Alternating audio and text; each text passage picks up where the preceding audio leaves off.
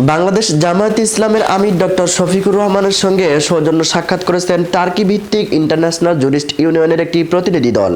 মঙ্গলবার 10 ডিসেম্বর সকালে জামায়াতের কেন্দ্রীয় কার্যালয়ে এ সাক্ষাৎ অনুষ্ঠিত হয়।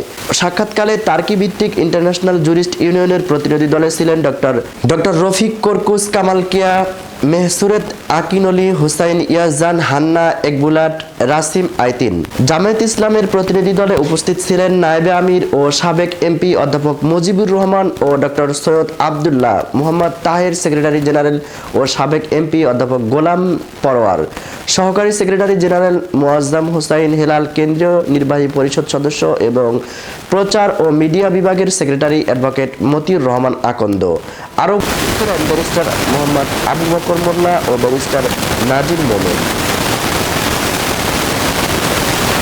দলটির কেন্দ্রীয় প্রচার ও মিডিয়া বিভাগ সেক্রেটারি মতিউর রহমান আকন্দ জানান, অত্যন্ত হৃদ্যতা ও সৌহার্দ্যপূর্ণ পরিবেশে অনুষ্ঠিত হয়েছে। বাংলাদেশে আইনের শাসন ও ন্যায় বিচারের সম্পর্কে খোলামেলা আলোচনা করা হয় এবং আন্তর্জাতিক অপরাধ ট্রাইব্যুনালের বিচার প্রক্রিয়া স্বচ্ছ ও আন্তর্জাতিক মানদণ্ড অনুসরণ করে সম্পন্ন বলে উভয় পক্ষ আশাবাদ ব্যক্ত করেন।